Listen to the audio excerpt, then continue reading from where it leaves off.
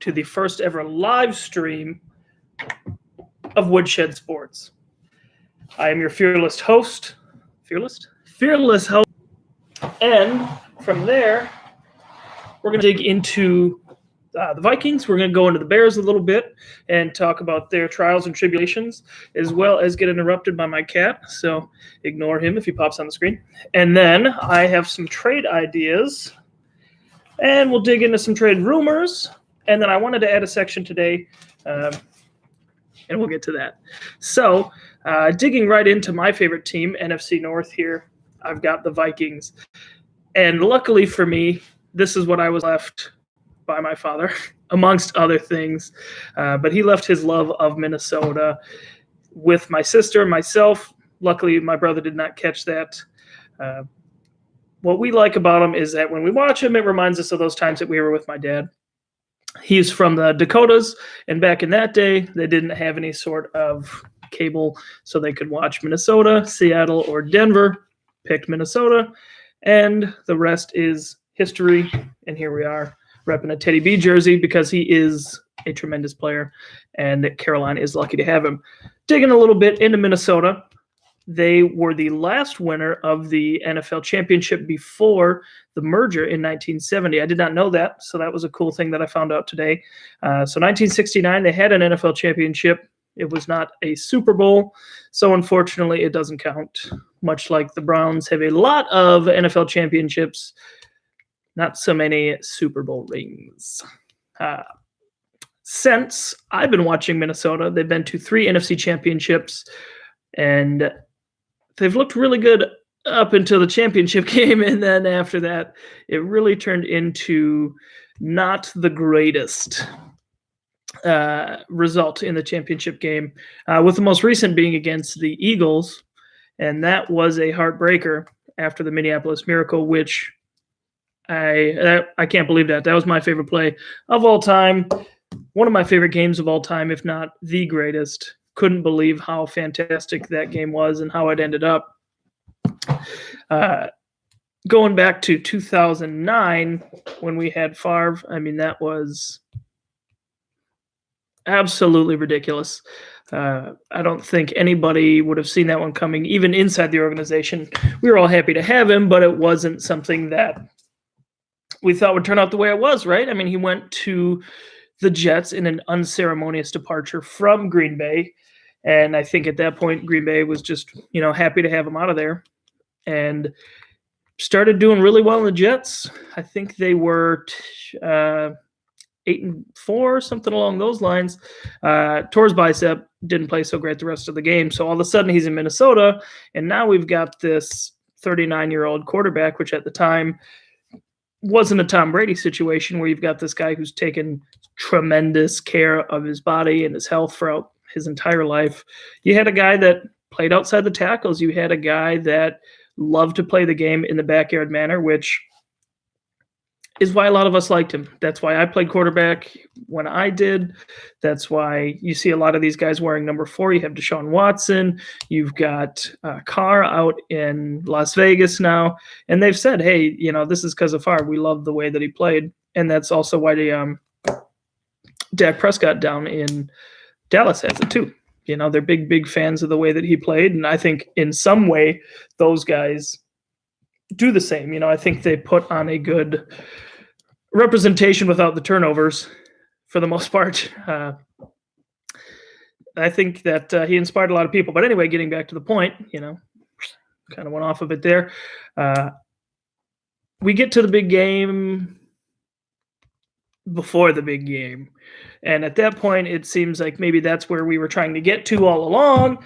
And it just kind of hits the fan. I was so psyched to watch the championship game against the Eagles, and I was so psyched to watch it. I watched it with my uncle, and I drove all the way down to Madison to go watch the game with them, and then we're up 7-0, and we're sitting there, and we're like, yes, we are up 7-0. I don't think he was. I think he had a purple, cocktail glass, but I don't know if he was going for the Vikings. He's a huge Packer fan. But we're watching it. Minnesota's up. We're up 7-0.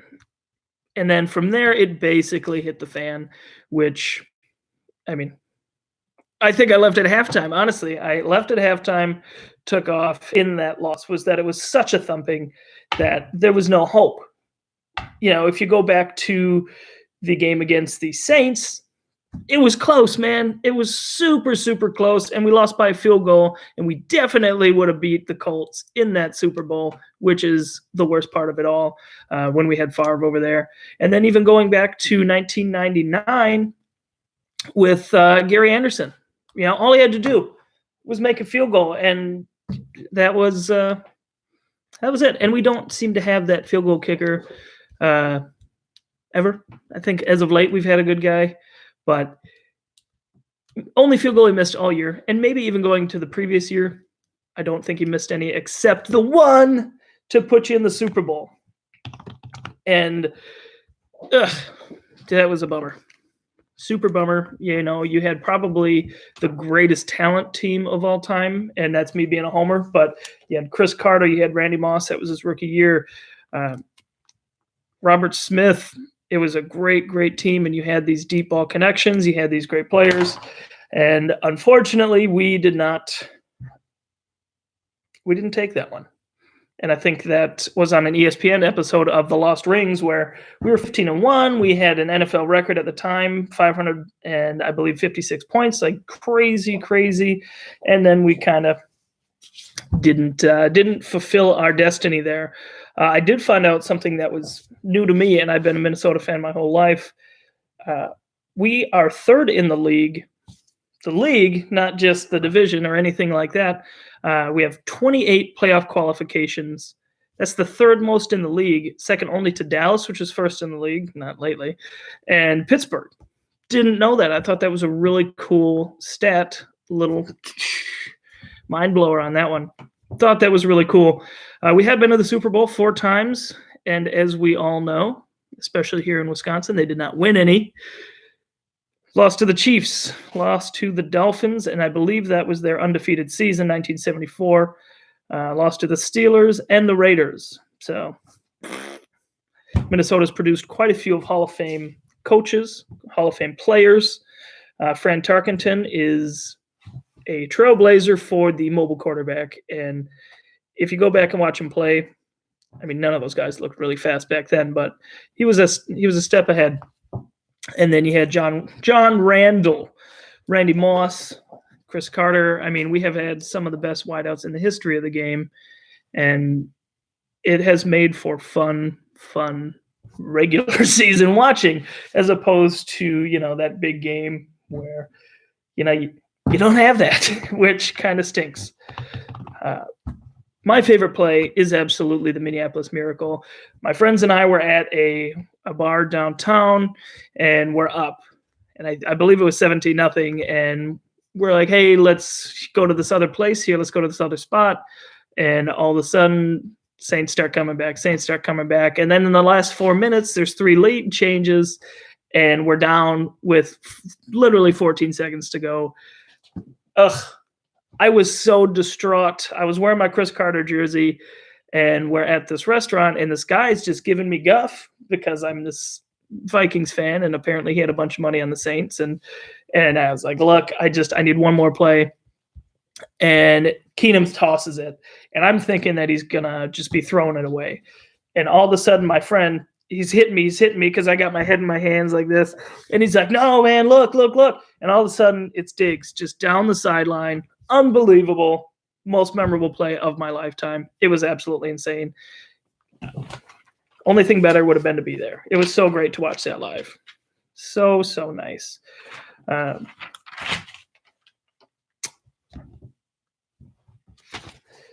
Yeah, it was insane. Moving over a little bit, going down to the Windy City. Bears have been known for what? Their defense, right? So the Bears are a team that have been surprisingly good every once in a while. And it has surprised me. It's surprised a lot of Packer players and fans too, that on occasion they just have this really baller team. Since 2000, that's my benchmark. Since 2000, They've placed first in the NFC North 5 different times. Not with a dominating offense, though. It's been quite the opposite, a dominating defense. Khalil Mack, when they traded him, he was out to prove something, and he went bonkers. Just absolutely a monster. He's toned down a little bit last year. Hopefully, for their sake, he picks back up and keeps going. Nobody likes to see a player take steps back. And sometimes it's inevitable when you have such a breakout season that the next one, there's no way you could do as good, right? There's no way you could possibly replicate that. And it happened that year that Aaron Rodgers won MVP, right? In 2011.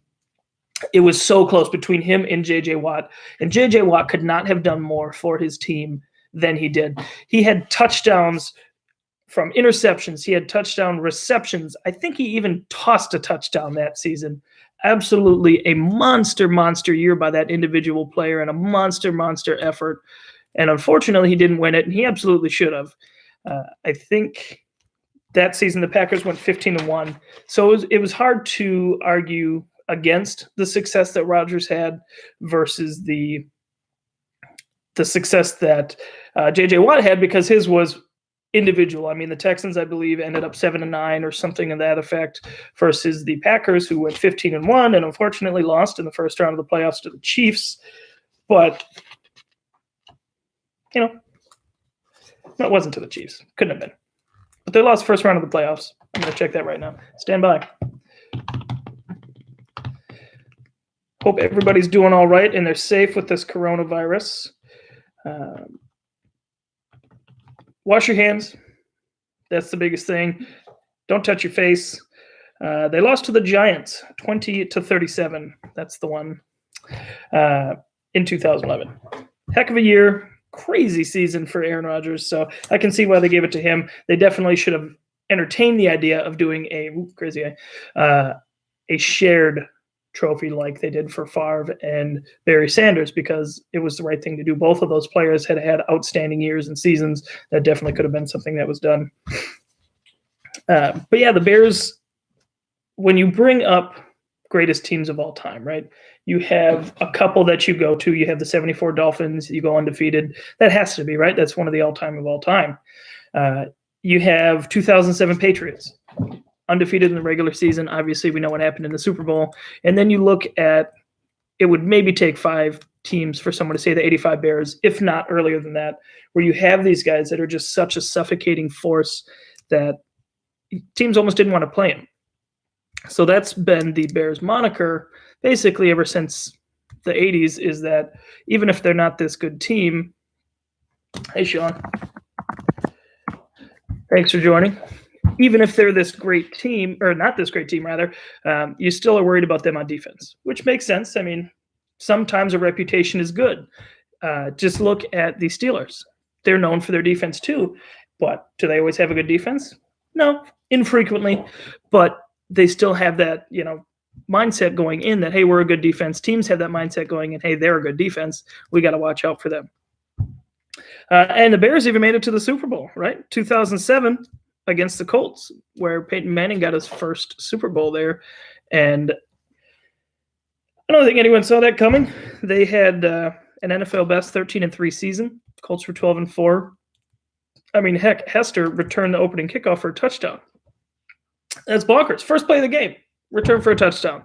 And, I mean, they were up 14-6 at the end of the first quarter, and then they were down only 16-14 at the end of the second quarter.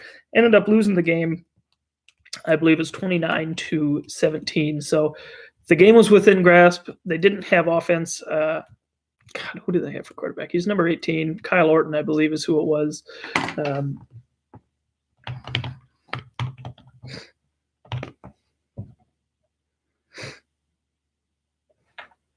Hold on. God, that game was rainy. That was not a super exciting game.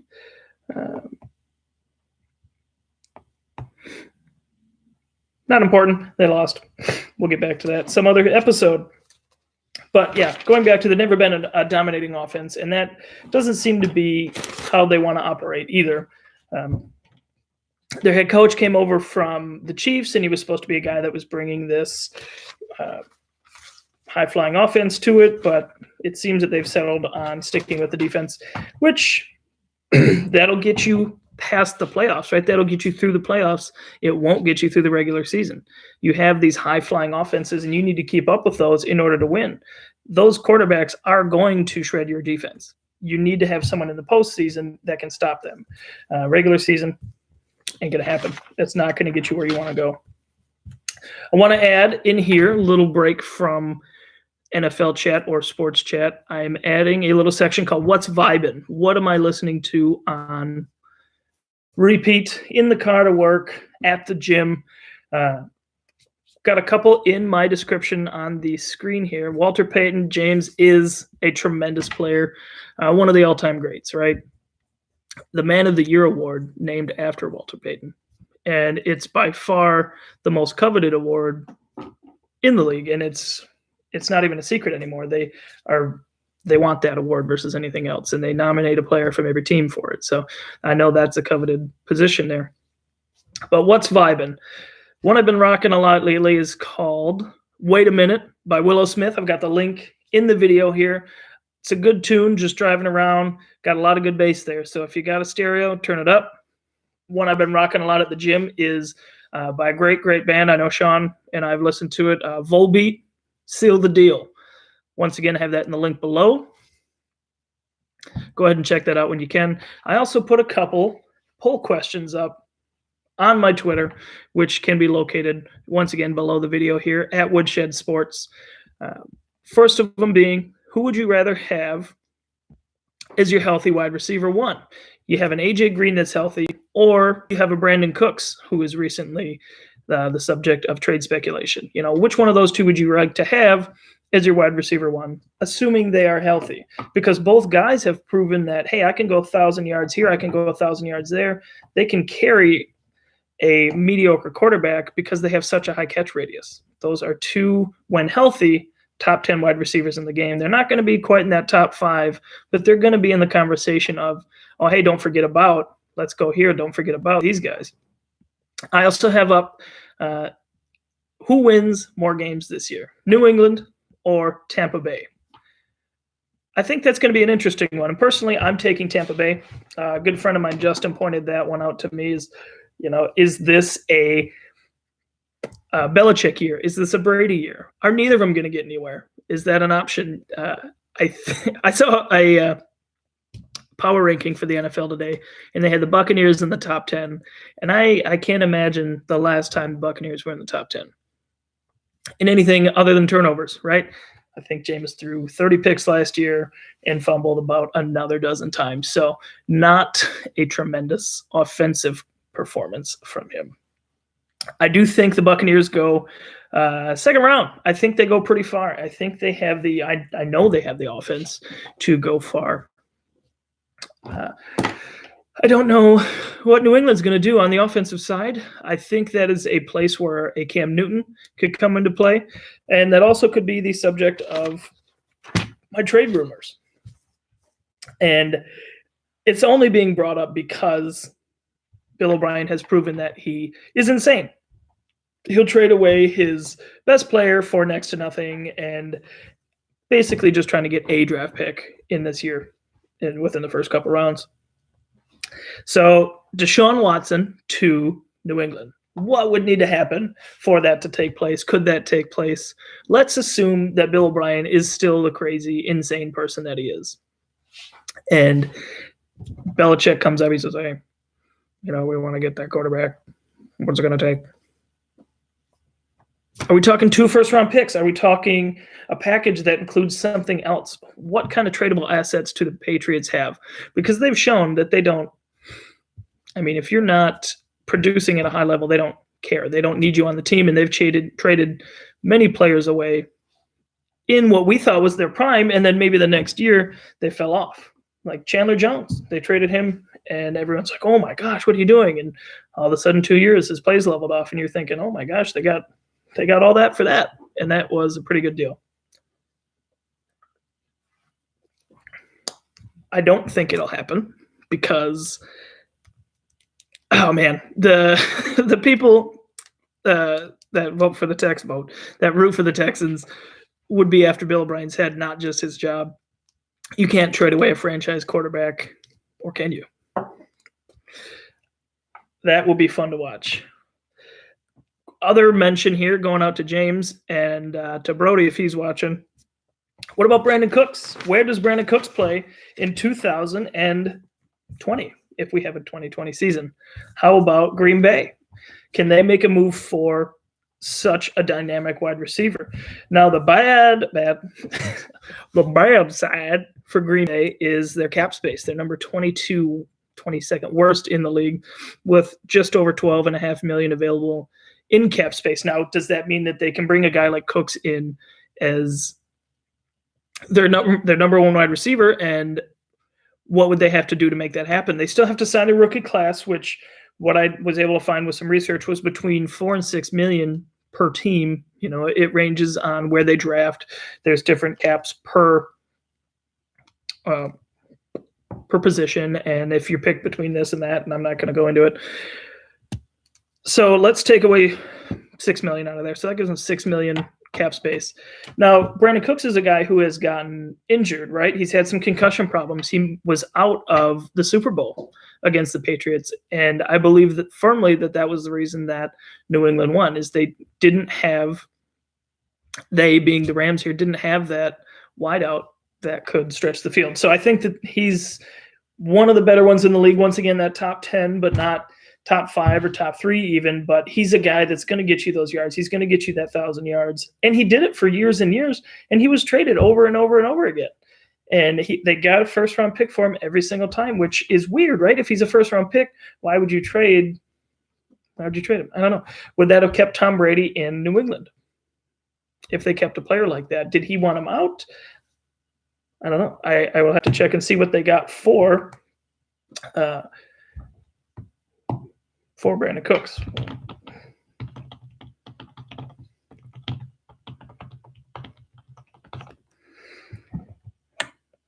I know they got a first round.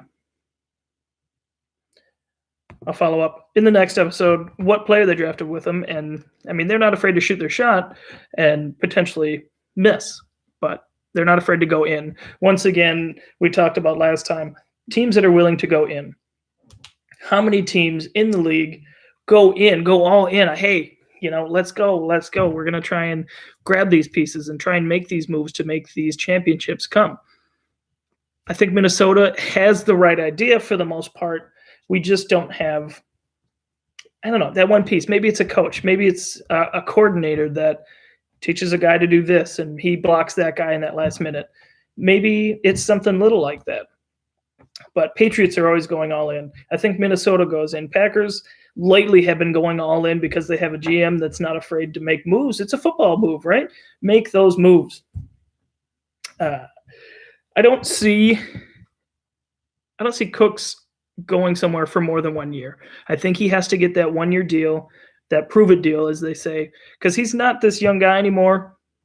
I mean, makes me feel old. I'm only 31, but this old 29-year-old receiver, 27-year-old receiver with concussion problems, I think he's got to do that 1 year deal where, hey, this is still me. I can still put up. Go ahead and give me the rock.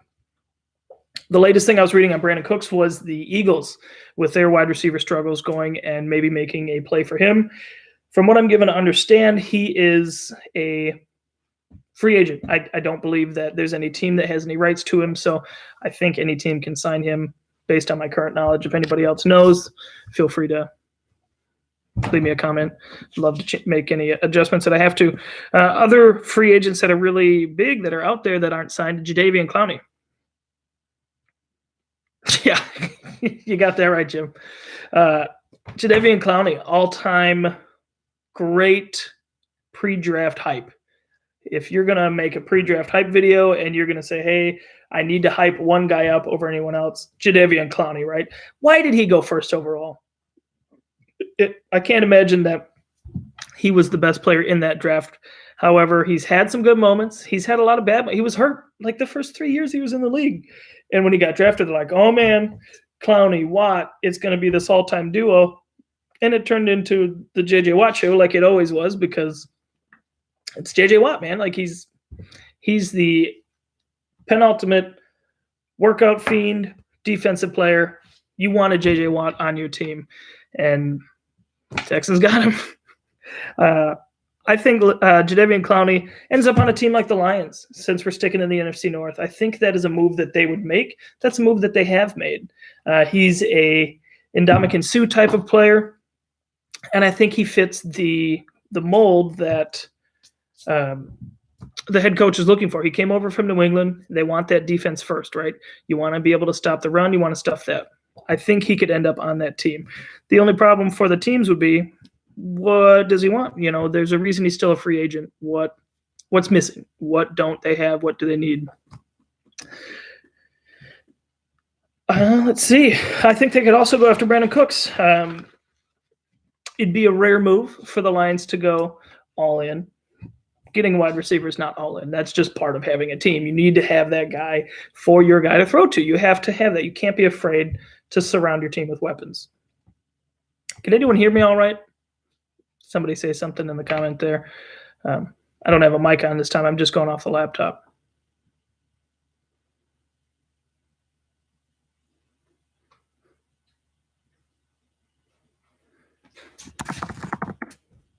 Anybody?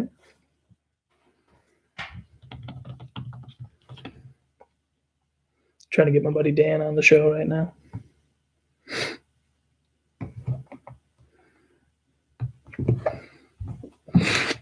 I'm going to assume that y'all can hear me. So, moving forward, I just got a couple things I wanted to wrap up. I know we're getting close to that half-hour mark. Got to keep the attention spans. I need to get water, too. That's what I need to do. Come on, Dan.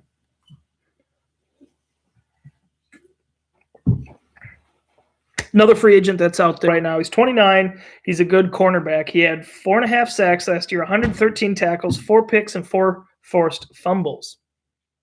And I think that's a player that Zimmer would like to bring in, some guy that's been a leader, someone that has been on a winning culture. He was with the Patriots as part of that championship team that they had. I think that's someone that Zimmer could bring in and potentially want to be a leader, because we've lost 5 to 7 defensive starters, which is frustrating. And I think we're going to need to replace those. And I don't know that the draft is the way to do that this year. So maybe finding these guys, we can make a 2 or 3 year deal. And then, hey, let's front load this. Let's front load this contract. And then, maybe reevaluate this in a year or two when we're ready to go ahead and, ditch you. However they want to do that. Last point I wanted to make, going back to the Brandon Cooks trades, what about some teams that might be flying under the radar? What about the Buccaneers, right? He's played with Tom Brady. That's a big plus. You've got that rapport, drying out here. That would be the most stacked wideout group, I think, in the history of the league. You have 2 of the top 10 wideouts, and you add that third one on there, and he might not be that top speed guy anymore. You got Evans on there. You got Godwin. You have these top 2 guys. You need that third piece. Don't sleep on the Bucs. What about the Raiders? Who's Carr throwing it to? Is AB coming back? Is he going there? Don't rule those guys out. What about the Bengals? If you have AJ Greene, going back to the poll question, what if you have both of these guys? Both of these players on your team, you can't shade one side of the field, which if you're still rocking with Andy Dalton, even though you have the first pick, you don't want to shade a whole side of the field off. You have 2 of these guys. That would be a nightmare matchup for the defense.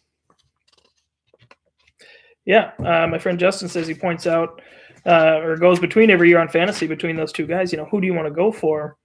They're not going to be a top 10 pick in your draft, but if you're 3rd round, you might want to go on one of these guys, and I don't think you're going to lose on either. However, I would watch out for where Cooks ends up. Last thing I wanted to mention today is, obviously, once again, going back to this coronavirus, make sure you're washing your hands 2 times on the birthday song, as well as just general not being dumb. Don't gather in groups. Don't be around a bunch of people. Don't be Florida. Nobody wants you to be Florida. Last thing, support your local restaurants when you can. A lot of these places are small, privately owned, local restaurants that need our help in these times. And almost all the ones around here are doing carryout. Call, do the carryout, support these local places when you can, because guess what? We don't know how long this is going to last. Is this a month? Is this 2 months? Are we talking June? We want these guys to be there when the doors open up again so we can go have those beers, go have those good times, and go hang out with those friends that we make there. Thank you for your time this evening. It's been awesome talking with all of you, and I look forward to you guys contributing to my poll question here at Woodshed Sports on Twitter. And have a great night. God bless you all.